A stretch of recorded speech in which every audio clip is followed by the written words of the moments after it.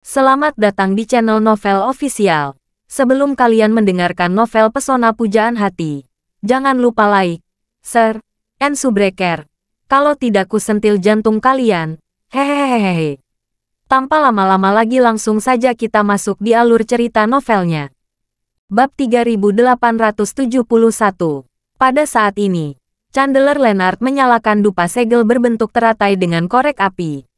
Lalu dia berkata kepada Charlie sambil tersenyum, "Tuan Wade, Anda seharusnya tidak menolak bau kayu gaharu, bukan?" Charlie sedikit tersenyum, melihat kepulan asap biru yang naik ke langit, dan pada saat yang sama mencium aroma gaharu yang unik ketika dinyalakan. Charlie merasa sangat nyaman, jadi dia berkata, "Tuan Lennart benar-benar anggun. Aroma segel semacam ini, ketika saya bersama ibu saya ketika saya masih kecil. Saya menciumnya di bawah cahayanya. Setelah bertahun-tahun, saya menciumnya lagi, dan sisa aromanya tidak ada habisnya." Chandler Lennart mengangguk dan berkata dengan serius, "Ibumu sangat terkenal di Amerika Serikat. Dikatakan bahwa ketika dia masih hidup, dia berusaha keras untuk mempromosikan budaya tradisional Tiongkok di Amerika Serikat. Banyak wanita kelas atas di Amerika Serikat bangga meniru dia. Dia menyukai dupa anjing laut selama bertahun-tahun, dan harga gaharu di Amerika Serikat tetap stabil selama beberapa dekade. Sampai dupa anjing laut ibumu menjadi sangat dicari di kelas atas, dan harga gaharu ini di Amerika Serikat menjadi lebih dari 5 kali lipat dalam setahun." Charlie bertanya dengan rasa ingin tahu, "Tuan Lennart, pernahkah Anda bertemu ibuku?" "Pernah." Chandler Lennart sedikit mengangguk, dan berkata dengan serius, "Tuan Wade, sebenarnya, saya mengenal kakek buyut Anda selama bertahun-tahun. Saat kami bertemu, kakek Anda masih dalam masa pertumbuhan. Saya diundang oleh kakek buyut Anda, minum anggur bulan purnama ibumu." Kakek buyut Charlie adalah ayah kakeknya, pendiri keluarga Aker. Namun, Charlie belum pernah bertemu kakek buyut ini, dan Charlie bahkan belum lahir ketika dia meninggal. Mendengar rahasia Tuan Lennart, Charlie bertanya kepadanya, "Tuan Lennart, apakah Anda berteman dengan kakek buyut saya?" "Ya." Chandler Lennart tersenyum ringan dan menjelaskan, "Kakek buyutmu seumuran denganku. Aku bertemu dengannya pada tahun 1938. Saat itu, dia dan aku pergi ke Amerika Serikat dengan kapal yang sama. Dukungan bisa jadi dianggap tidak dapat diubah. Jadi begitu," kata Charlie, berdiri dan berbaring di Chandler Lennart. Chandler Lennart segera bangkit, dan berkata dengan sedikit tersanjung, "Tuan Wade, Anda diperintahkan oleh naga. Bagaimana Anda bisa memberi hormat kepada saya? Saya yang harus memberi hormat kepada Anda." Charlie berkata dengan serius, "Anda dan kakek buyutku teman dekat. Tentu saja Anda juga kakekku. Sebagai junior, aku harus memberi hormat padamu." Chandler Lennart berkata dengan sangat serius, "Tuan Wade, apa yang saya yakini adalah takdir surga. Dari perspektif takdir, Anda adalah seorang raja dan saya adalah seorang menteri. Bahkan jika saya berusia lebih dari 100 tahun, saya akan tetap menjadi seorang menteri ketika saya melihat Anda." Charlie melihat bahwa sikapnya tegas, jadi dia berhenti berdebat dengannya, dan buru-buru berkata, "Tuan Lennart, mari kita hilangkan etiket ini dan melakukan saja sebagai teman yang lupa tahun. Bagaimana menanami?" Chandler Lennart sedikit terkejut, lalu mengangguk sambil tersenyum, dan berkata, Oke, karena Tuan Muda Wade berkata demikian, saya akan mematuhi perintah Anda." Lalu, keduanya duduk lagi. Charlie memikirkan sesuatu, lalu dia bertanya kepada Chandler Lennart, "Tuan Lennart, Anda membantu saya mempromosikan pil peremajaan di Amerika. Saya ingin tahu apakah kakek saya pernah bertanya kepada Anda sebelumnya?" "Kakekmu." Chandler Lennart tidak bisa menahan tawa ketika mengatakan ini. Dia tidak percaya pada takdir. Ketika dia masih muda, dia sering berkata takdirku terserah padaku. Dia bahkan memiliki banyak prasangka terhadap saya di masa lalu. Dia selalu mengira saya adalah seorang penipu.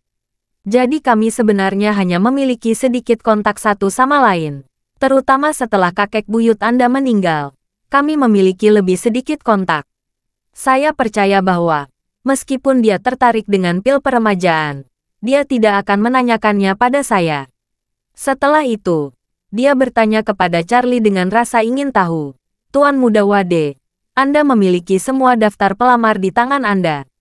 Saya ingin tahu apakah ada anggota keluarga Aker yang mendaftar.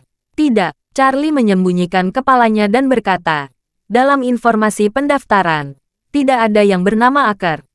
Chandler Leonard mengangguk, tersenyum, dan berkata, kakekmu sangat sombong. Ada kemungkinan besar dia tidak akan ikut serta dalam kegembiraan semacam ini. Kecuali jika Anda memberitahu dia efek pil peremajaan. Jika tidak, dia tidak akan datang ke sini secara pribadi. Chandler Leonard memandang Charlie dan berkata dengan kagum. Tetapi berbicara tentang itu, Tuan Muda Wade memutuskan bahwa pemenang lelang yang Anda tetapkan harus menelan pil peremajaan di tempat. Benar-benar luar biasa. Semua orang yang berpartisipasi dalam peperangan akan menyaksikan efek ajaib pil peremajaan dengan mata kepala mereka sendiri. Semua orang kaya yang ingin mendapatkan pil peremajaan harus muncul secara langsung. Saya percaya pada peletangan berikutnya, akan banyak modal raksasa yang tersembunyi akan mengambil inisiatif menunjukkan diri mereka. Oleh karena itu, Chandler Leonard memandang Charlie dan berkata dengan serius, mungkin lelang tahun depan.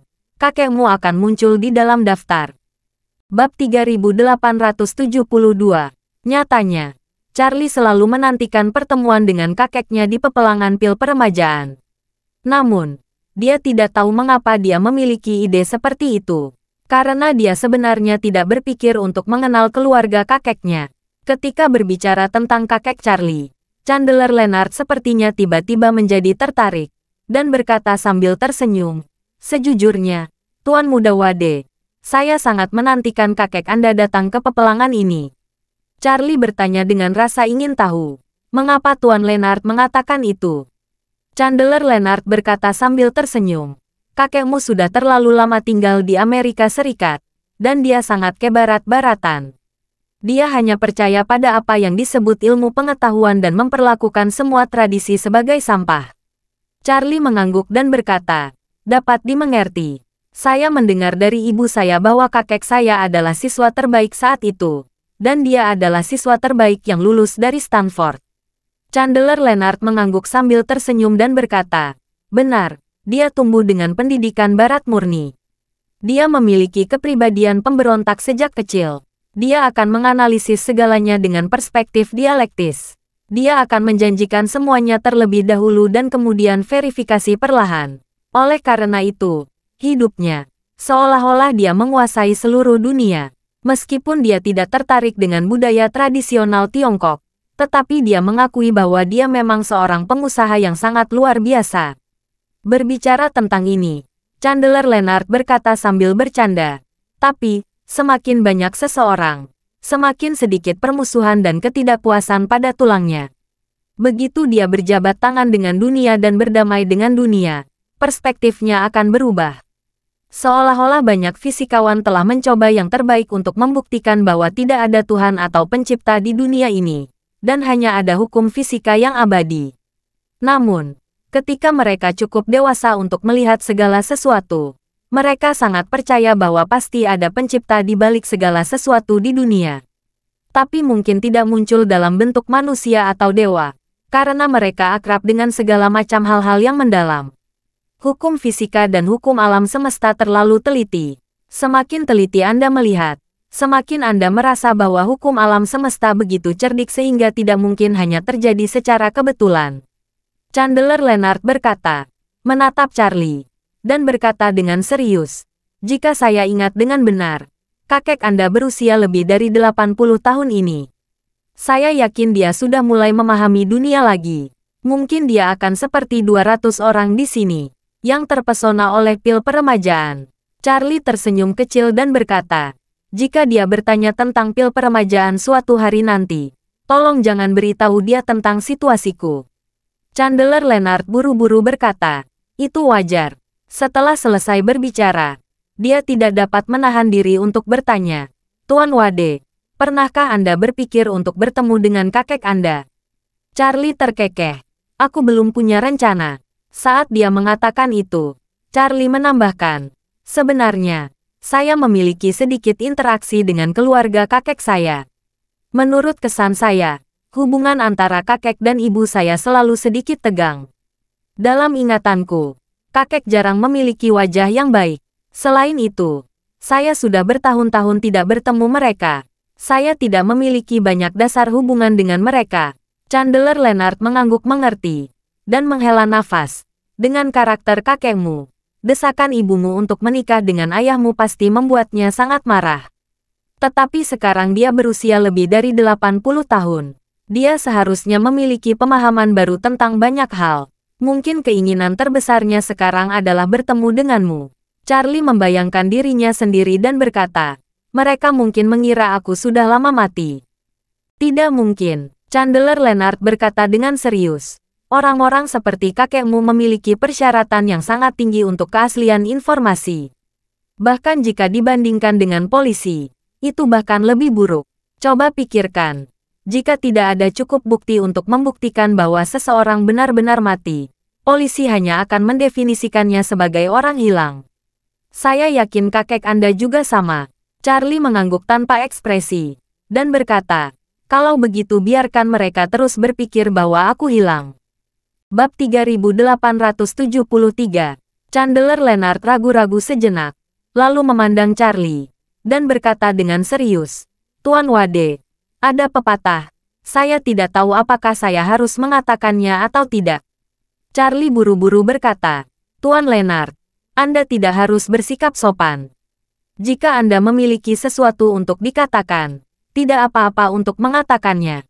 Chandler Leonard berkata, meskipun kamu telah keluar dari keadaan sulit naga yang terperangkap, dan mendapatkan kembali naga sejati, yang semula milikmu, bukanlah akhir.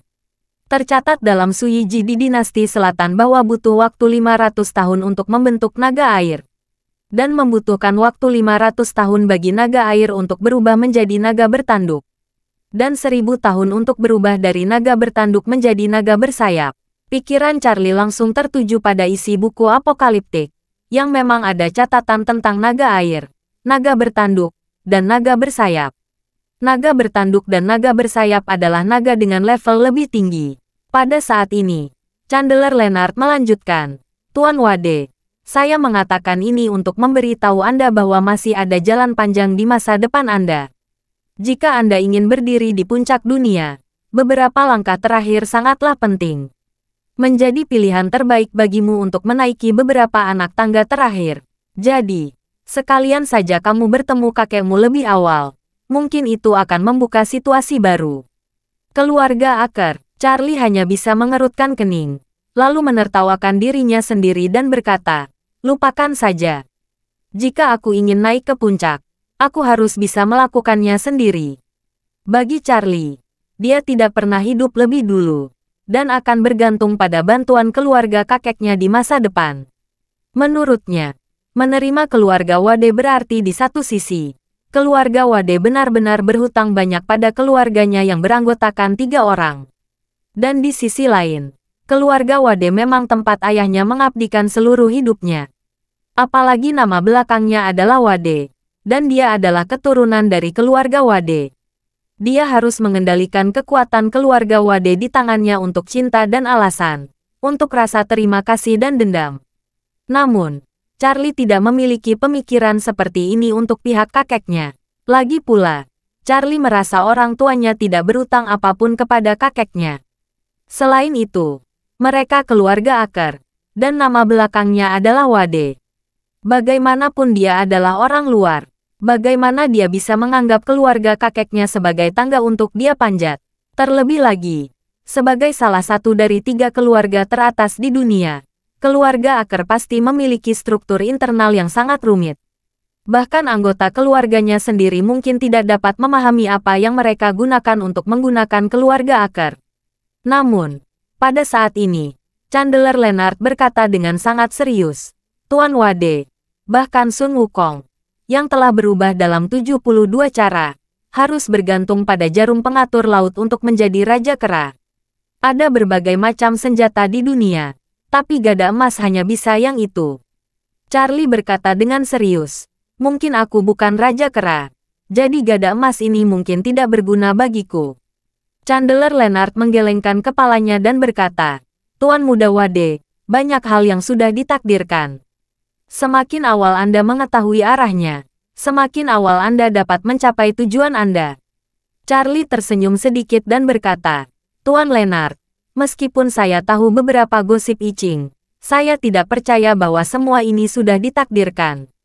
Saya ingin mencapai tujuan ini, dan saya masih bisa mencapainya tanpa menetap.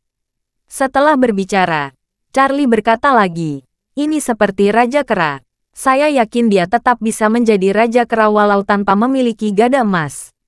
Chandler Leonard menggelengkan kepalanya sambil tersenyum, dan berkata dengan ringan, Tuan Wade, takdir ada di segala arah. Dengan kata lain, Raja Kera tidak hanya ditakdirkan untuk menjadi Raja Kera, tetapi juga ditakdirkan untuk mengambil gada emas. Chandler Leonard tersenyum misterius, dan berkata lagi Tuan Wade, ada catatan dalam buku asli perjalanan ke barat. Raja Naga memberitahu Sun Wukong bahwa beberapa hari sebelum dia pergi ke Istana Naga, gada emas mulai bersinar indah. Artinya, mungkin bukan Raja Kera yang memilih gada emas, kemungkinan besar gada emas yang memilih Raja Kera. Bab 3874. Kata-kata Chandler Leonard membuat Charlie berpikir. Apa yang dia pikirkan bukanlah apakah akan menggunakan energi keluarga kakeknya untuk mencapai tujuan dirinya di masa depan. Apa yang dia pikirkan adalah bahwa semakin tinggi dunia, semakin sempit jalannya. Jika dia ingin keluarga Wade berdiri di puncak dunia, maka suatu hari nanti, dia pasti akan bertemu keluarga Aker.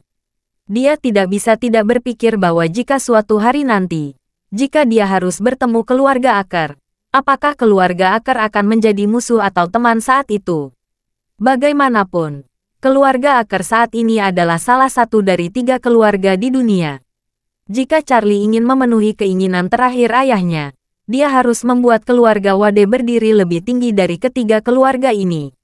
Jika 3 keluarga besar tidak ingin melihat bintang yang sedang naik daun melebihi diri mereka, itu dapat memicu pertarungan hidup dan mati antara Raja Baru dan Raja Lama. Melihat keheningan tiba-tiba Charlie, Chandler Leonard dengan kasar menebak apa yang dipikirkan Charlie. Dia berkata dengan serius, Tuan Wade, di antara 3 keluarga teratas, Rothschild memiliki 3 keluarga penuh di dunia ini. Dengan fondasi berusia seabad, skalanya telah sudah melampaui sebagian besar negara di dunia. Mereka sangat kuat sehingga tidak ada yang bisa melihat gambaran keseluruhannya. Di belakang Timur Tengah keluarga kerajaan Saudi adalah seluruh negara sebagai pendukung. Terlepas dari kekuatan finansial, material dan militer, itu di luar jangkauan keluarga biasa.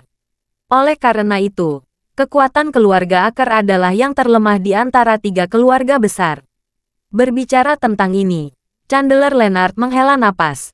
Meskipun keluarga Aker adalah keluarga Tionghoa terkuat di dunia, mereka adalah yang terlemah di antara 3 keluarga tersebut.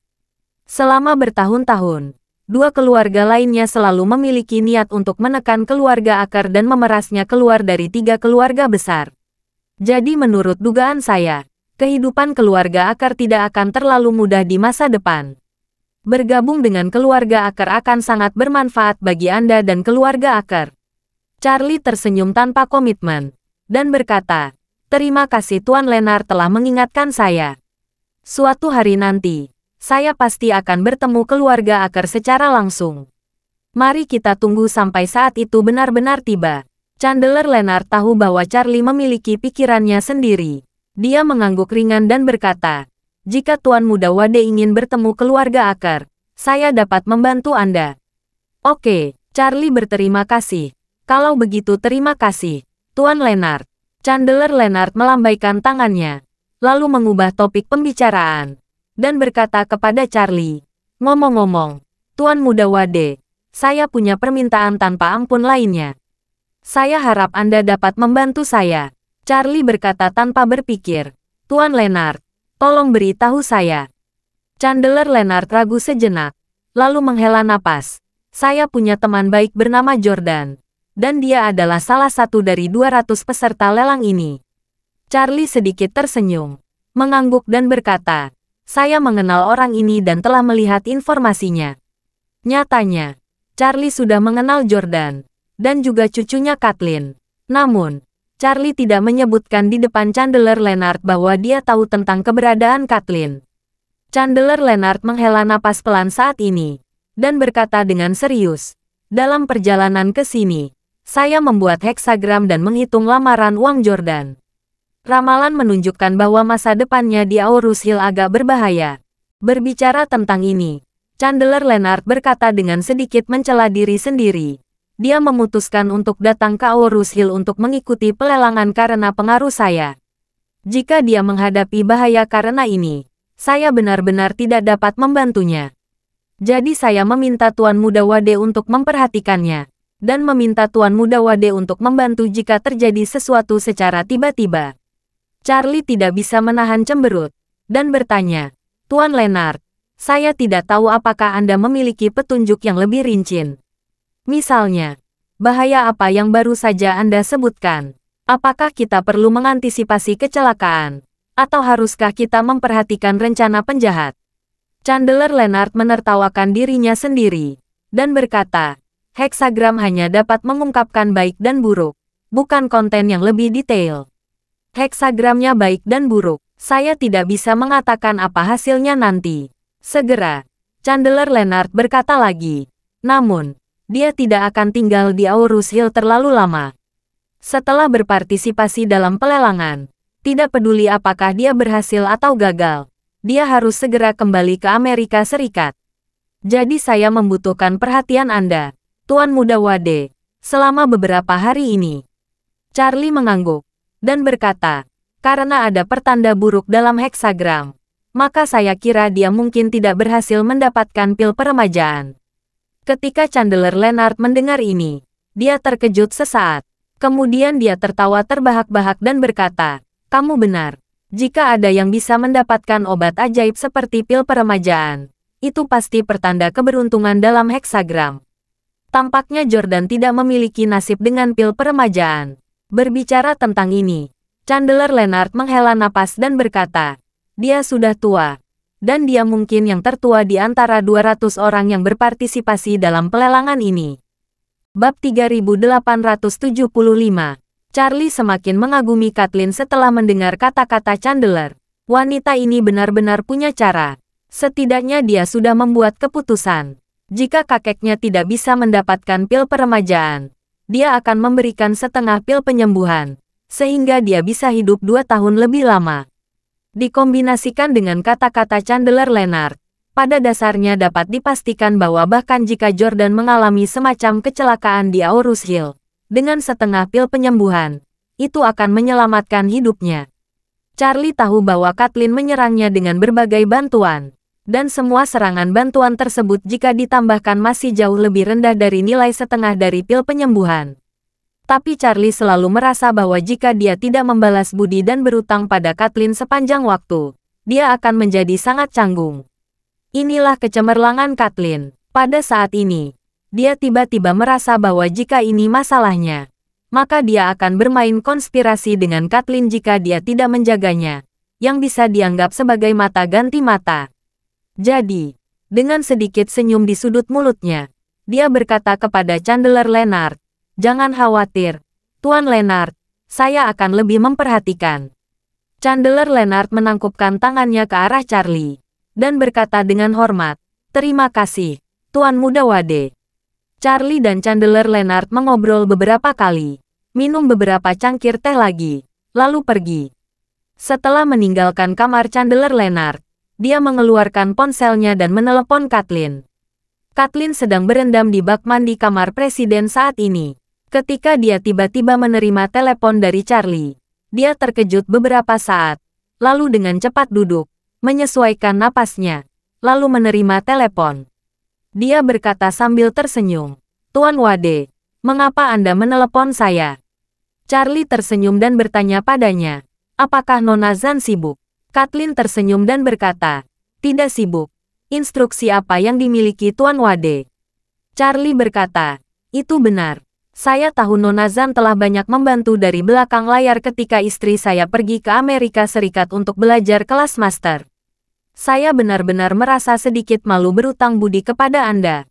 Kathleen sangat gembira, tetapi berkata dengan nada yang sangat tenang, Tuan Wade, tolong jangan terlalu sopan. Kita semua adalah teman. Masalah sepele seperti itu tidak perlu dikhawatirkan. Charlie tersenyum dan berkata, Nona Zan, kebetulan ada lelang yang sangat pribadi di Shangri-La Lusa. Kebetulan saya memiliki surat undangan VIP.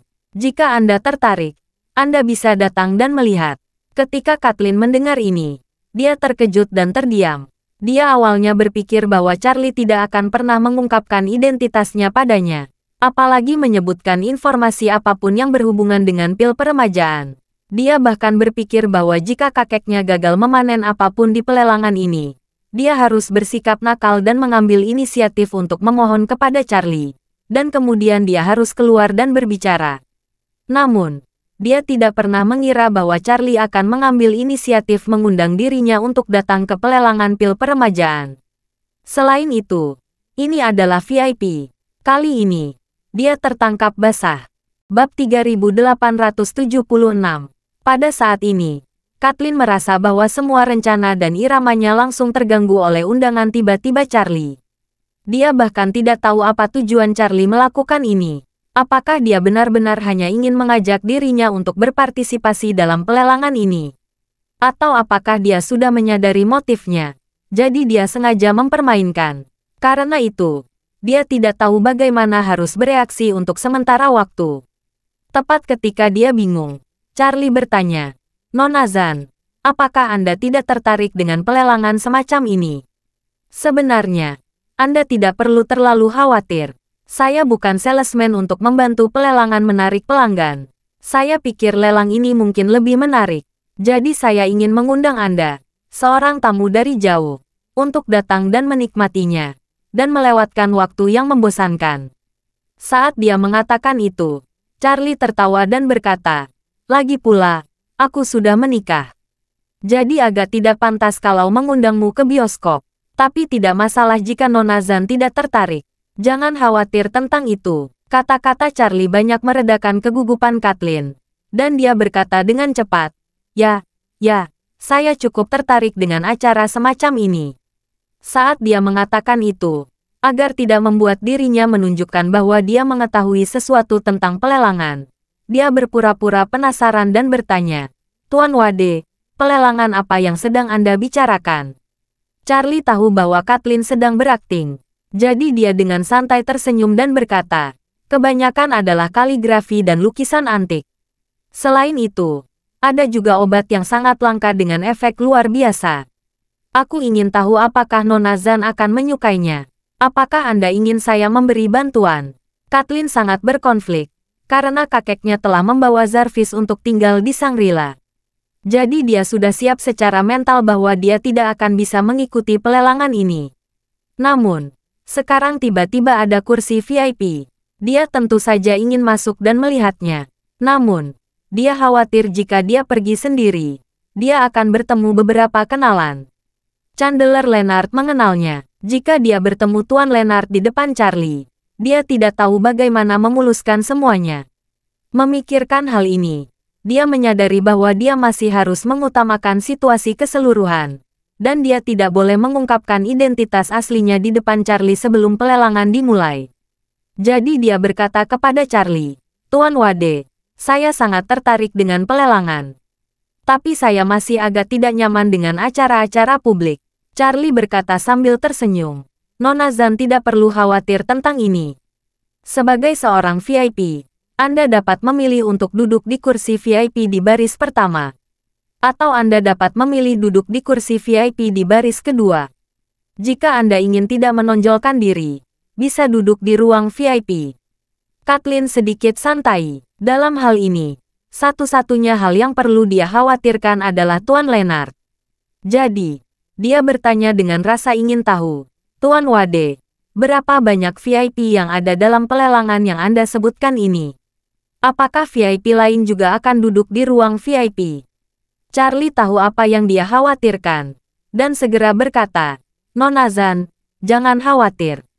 Hanya ada 4 VIP, dan Anda yang keempat. Kecuali Anda, semua VIP lainnya akan duduk di baris pertama.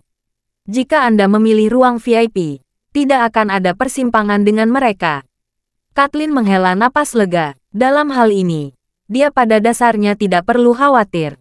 Jadi, dia tersenyum dan berkata, itu sangat bagus. Saya hanya tidak terlalu suka publisitas. Tetapi saya sangat ingin memiliki kesempatan untuk melihat dunia di mana-mana. Pengaturan ini sangat bagus. Saat dia mengatakan itu, Kathleen dengan sengaja bertanya, ngomong-ngomong, Tuan Wade, apakah Anda mengatur pelelangan ini? Bab 3877. Tidak, Charlie berkata dengan santai. Saya tidak bisa mengadakan lelang apapun. Saya hanya mengenal penyelenggara dan berjanji akan membantu mereka sedikit. Saya baru saja mendapat tiket VIP dari mereka. Charlie berkata lagi, Nona Zan, lelang akan secara resmi dimulai pukul 8 malam lusa. Anda bisa tiba di gerbang Shangri-La pukul 7 malam lusa. Aku akan menjemput. Oke, Kathleen dengan cepat setuju. Dan berkata sambil tersenyum. Kalau begitu sampai jumpa lusa, Tuan Wade. Charlie berkata, oke, sampai jumpa lusa. Setelah itu, Charlie berkata lagi, ngomong-ngomong, Nona Zan, tolong jangan beritahu siapapun tentang masalah ini, terutama Claire. Kathleen tidak terkejut saat mendengar ini, karena dia sudah lama tahu bahwa Charlie adalah orang yang sangat rendah hati, terutama dari keluarganya. Dia telah menyembunyikannya sangat dalam. Claire mengenalnya lebih baik daripada dirinya sendiri. Jadi, dia langsung setuju dan berkata, Tuan Wade, jangan khawatir, saya tidak akan memberitahu orang lain. Bagus, Charlie berkata sambil tersenyum. Nona Zan, sampai jumpa lusa. Aku tidak akan mengganggumu lagi. Selamat tinggal. Oke, Tuan Wade, selamat tinggal. Setelah menutup telepon, Kathleen sangat bersemangat. Memegang telepon, dia berteriak dengan bersemangat beberapa kali. Teriakan itu bahkan membuat khawatir Sherry yang dipisahkan oleh tembok. Sherry membuka pintu dengan kartu kamarnya, dan berlari ke kamar mandi dengan tergesa-gesa. Melihat Kathleen berdiri telanjang di bak mandi dan menari dengan penuh semangat, dia tercengang dan bertanya dengan bingung, Nona, ada apa denganmu? Kathleen tersenyum dan berkata, Sherry, Charlie baru saja meneleponku. Apa yang menarik dari sebuah panggilan telepon? Sherry bertanya dengan canggung. Nona, Anda mungkin jatuh cinta dengan Charlie itu. Kathleen buru-buru berkata, jangan bicara omong kosong. Saya bukan senang karena dia menelepon saya, tetapi karena dia mengundang saya ke pelelangan pil peremajaan. Dan saya dating sebagai VIP. Ah, Sherry bertanya dengan ngeri. Kamu, Charlie, bukankah dia menyembunyikan identitasnya sepanjang waktu? Mengapa dia begitu mudah mengundangmu ke pelelangan? Kathleen tersenyum dan berkata, dia tidak mengungkapkan identitasnya. Dia hanya mengatakan kebetulan memiliki surat undangan VIP. Dia tidak mengatakan bahwa dia mengatur pelelangan, apalagi mengakui bahwa pil peremajaan adalah miliknya. Sherry mengangguk ringan, dan bertanya, Nona, mengapa Charlie mengundangmu ke pelelangan? Kathleen berpikir sejenak, dan berkata, mungkin dia hanya ingin membalas kebaikan Claire. Aku membantu Claire mendapatkan kuota kelas master, dan memberi Claire kesempatan yang baik untuk bertemu dengan desainer interior top dunia dan menjadi seorang perancang terkenal. Charlie pasti ingin membalas. Sherry juga tidak ragu, tetapi berkata dengan sedikit perhatian, Nona, apakah menurut Anda dia ingin menggunakan surat undangan VIP ini untuk melunasi semua bantuan yang telah Anda berikan sekaligus? Jika demikian, Anda pergi ke berpartisipasi. Dalam hal ini bukankah akan rugi besar jika ada pelelangan? Mungkin tidak. Kathleen menggelengkan kepalanya dan berkata, dengan nada Charlie, dia mengundang saya untuk dating ke pelelangan, yang mirip dengan mengundang saya untuk menonton film. Dia pasti tidak akan menggunakan ini untuk balas budi. Sherry sedikit lega, dan berkata, oh begitu, berarti kamu bisa menyaksikan pelelangan ini dengan mata kepala sendiri. Juga dapat menemukan langkah yang baik untuk dirimu sendiri. Seandainya Tuan Fox tidak berhasil mendapatkan pil peremajaan, setelah pelelangan kamu dapat langsung memberitahu dia bahwa kamu ingin membelinya setelah melihat efek ajaib pil tersebut. Lihat apakah dia dapat menjualnya kepada Anda secara pribadi. Bab 3878. Kathleen pun segera melaporkan kabar baik tersebut kepada Jordan yang berada di Shangri-La melalui video chat. Jordan masih sangat marah karena peraturan Shangri-La yang ketat. Setelah mendengar berita itu, dia tiba-tiba menjadi tercerahkan dan berkata dengan penuh semangat, "Hebat, Kathleen. Sepertinya kerja kerasmu di Aurus Hill selama ini tidak sia-sia. Tuan Wade itu pasti dalang di balik seluruh pelelangan." Kathleen mengangguk, menatap Jordan di video, dan menghiburnya dengan senyuman. "Kakek, kamu harus bertahan 2 hari ini.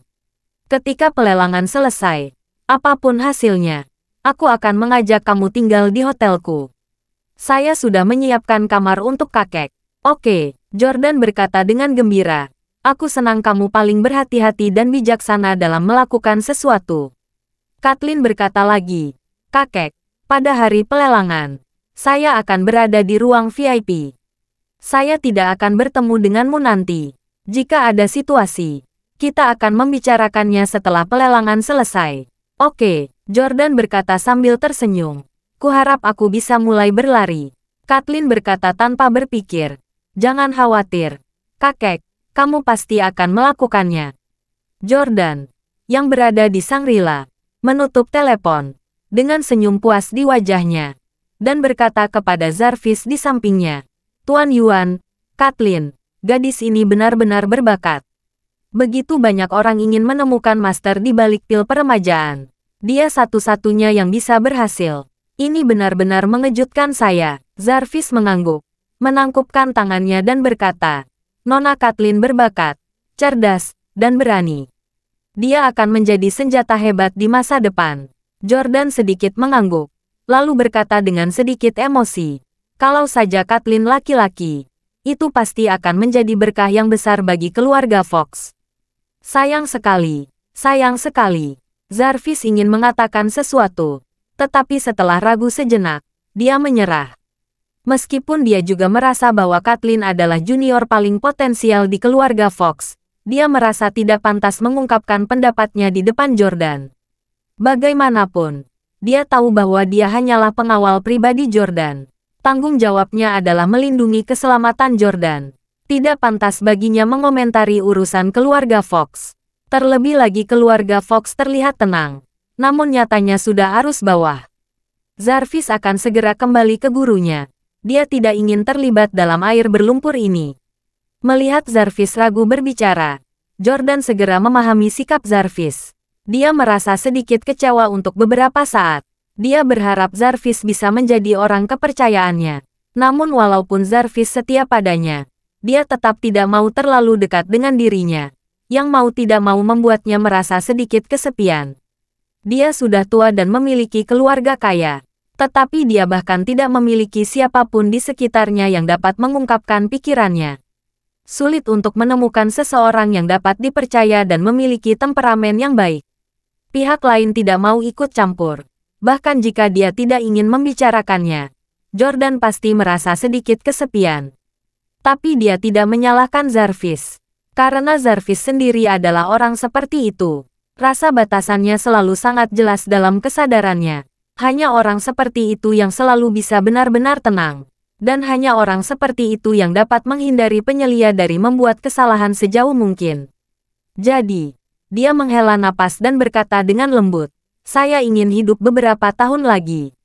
Di satu sisi, saya takut mati. Di sisi lain, saya juga berharap bisa menemani Kathleen beberapa tahun lagi. Kalau saya dapat membantunya naik kuda, itu akan menjadi yang terbaik. Setidaknya menunggu sayapnya lebih penuh. Karena jika saya pergi, dia pasti akan menjadi incaran keluarga Fox. Jika dia tidak diusir dari keluarga Fox, banyak orang akan kesulitan tidur dan makan."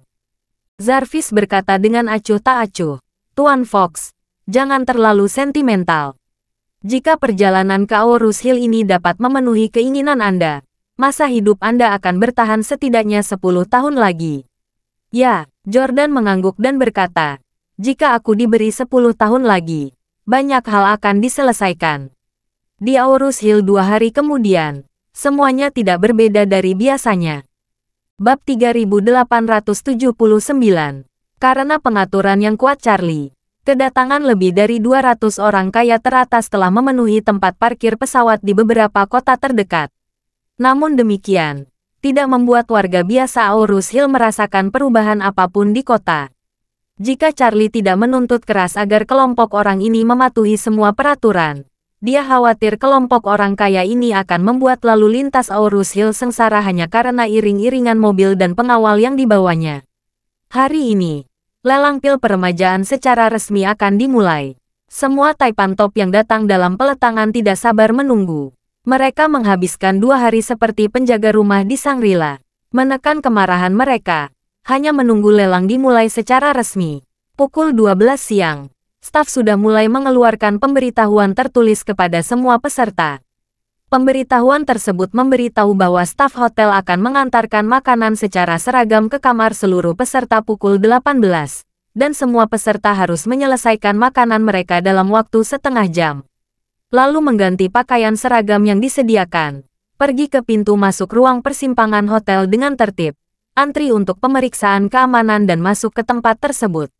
Selain itu, setiap orang tidak diperbolehkan membawa peralatan komunikasi, peralatan perekam foto dan video, dan produk logam yang tidak penting. Jika ada implan, stent jantung, implan koklea, dan alat pacu jantung buatan di dalam tubuh, mereka harus memberitahu petugas keamanan dengan jelas. Mereka akan diatur untuk melewati jalur keamanan khusus. Setiap peserta yang memasuki venue dengan barang selundupan akan dikeluarkan dari Shangri-La. Selain itu, dia akan dilarang berpartisipasi dalam lelang pil peremajaan berikutnya seumur hidup. Pemeriksaan keamanan yang ketat seperti itu jauh melampaui persyaratan pemeriksaan keamanan penerbangan sipil. Namun tidak satu pun dari orang kaya ini yang berani menantang paksaan penyelenggara. Karena mereka menyadari bahwa jika sesuatu seperti pil peremajaan dibeli di peletangan, itu harus diambil di tempat. Ini saja sudah menghilangkan kemungkinan pil peremajaan beredar di luar pasar. Oleh karena itu, tidak peduli seberapa kaya seseorang, jika ingin mendapatkan pil peremajaan, dia harus mengikuti pepelangan di tempat. Begitu dia dilarang ikut serta dalam pelanggan berikutnya, itu berarti dia tidak akan pernah memiliki kesempatan mendapatkan pil peremajaan seumur hidupnya. Oleh karena itu, setiap orang kaya, apapun jenis kelaminnya, meninggalkan semua ponsel dan perhiasannya di kamar sebelum meninggalkan kamar. Beberapa wanita yang mengikuti pelanggan bahkan melepas jarum perak yang membuat telinga mereka ditindik. Karena takut akan mendapat masalah ketika melewati gerbang deteksi logam. Hal yang sama berlaku untuk Jordan, tanpa apapun di tangan. Hanya saja di tubuhnya masih terdapat alat pacu jantung, sehingga sesampainya di pintu masuk ruang perjamuan harus melalui saluran pengamanan khusus. Dokter dari bagian USG akan memeriksa kondisi alat pacu jantungnya di tempat. Setelah memastikan tidak ada masalah lain, dia dipersilakan dengan lancar. Saat itu pukul 5:30, hotel membunyikan radio prompt. Semua peserta lelang harap mengenakan pakaian seragam, meninggalkan ruangan dengan tertib, dan pergi ke ruang perjamuan. Jangan berhenti, tertawa, membuat pernyataan, dan menghindari berbisik di tengah. Ketika Jordan di ruangan mendengar siaran itu, dia tidak lagi memiliki kemarahan dan permusuhan sebelumnya. Dia memandang Jarvis yang duduk di seberangnya, dan berkata sambil tersenyum, "Tuan Yuan, Anda dan saya telah menunggu selama 2 hari seperti di penjara. Dan akhirnya tiba saatnya." Jarvis, yang berada di sisi berlawanan, juga telah berganti pakaian seragam tanpa nomor. Dia memandang Jordan, mengangguk dan tersenyum, dan berkata dengan tenang, "Tuan Fox, saya berharap semua hal terbaik untuk apa yang kamu inginkan malam ini." Bab 3880. Mendengar ini, Jordan tersenyum percaya diri, menangkupkan tangannya dan berkata, "Malam ini, saya akan meminjam kata yang baik dari Tuan Yuan."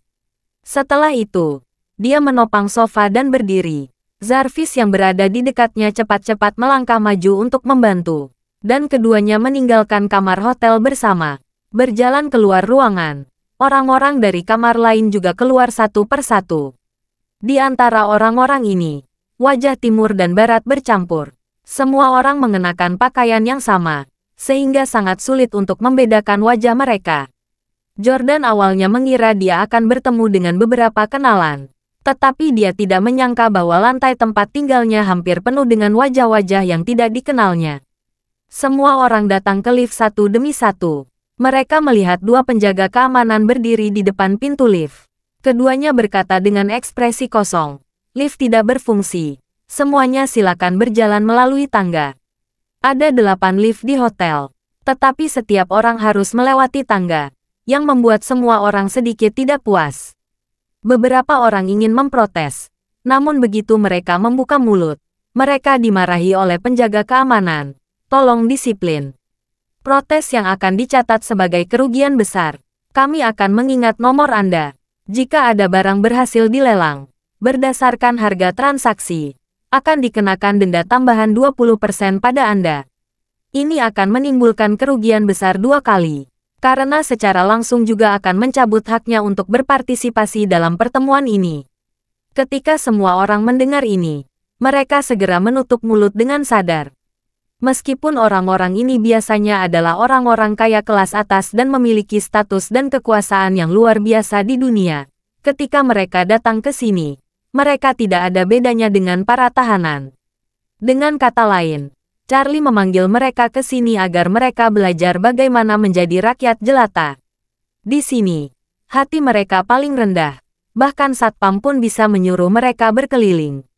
Meskipun ada 8 lift, mereka tidak menggunakannya. Oleh karena itu, mereka semua terus jalan ke ruang komunitas secara seragam. Dengan cara ini, orang-orang kaya ini bisa merasakan perasaan berada di penjara. Saat ini, di pintu masuk ruang komunitas, seperti pemeriksaan keamanan bandara, ada 4 saluran pemeriksaan keamanan yang dipasang. Setiap rangkaian pemeriksaan keamanan dilengkapi dengan gerbang detektor logam dan beberapa personel pemeriksaan keamanan. Terdapat saluran keamanan khusus, dilengkapi dengan beberapa dokter dan beberapa peralatan pemantauan medis. Selain itu, ada sejumlah petugas keamanan berseragam kamuflase. Ada seorang pria jangkung dengan tangan di belakang punggung, berdiri dengan cermat di kedua sisi pintu masuk pemeriksaan keamanan. Wajahnya penuh paksaan. Melihat situasi ini, kelompok orang kaya ini merasakan sensasi yang sangat kuat. Namun, mereka tidak dapat mengetahui mana sumber rasa ini. Apakah itu dari peralatan inspeksi keamanan yang seragam, personel keamanan yang aman, atau perasaan komprehensif yang dibawa oleh atmosfer secara keseluruhan. Tapi begitu Jarvis tiba di sini, dia segera menyadari sumber utama dari rasa memikirkan ini. Karena dia menemukan rahasia yang sangat mengejutkannya. Semua petugas keamanan di sini, tanpa kecuali, semuanya ahli seni bela diri. Ada 40 atau 50 master seni bela diri di sini. Yang terburuk adalah prajurit bintang 3. Dan yang tertinggi bahkan memiliki banyak prajurit bintang 5. Meskipun Jarvis sendiri sudah menjadi seniman bela diri bintang 7, dia sangat menyadari bahwa sangat langka ada lebih dari 3 prajurit dengan lebih dari 3 kumpul bersama. Ada ribuan murid di sekolah masternya, dan bahkan tidak ada 10 yang benar-benar dapat mencapai prajurit bintang 3. Adapun prajurit bintang 5 yang sebenarnya, menghitung diri mereka sendiri, menguasai mereka, dan Julian yang hilang, hanya ada segelintir dari mereka secara total. Tetapi beberapa petugas keamanan di sini, dan kekuatan mereka secara keseluruhan telah melampaui sekolah masternya, yang sangat mengejutkan Jarvis. Terima kasih sudah mendengarkan cerita novel Pesona Pujaan Hati. Sampai jumpa di novel selanjutnya.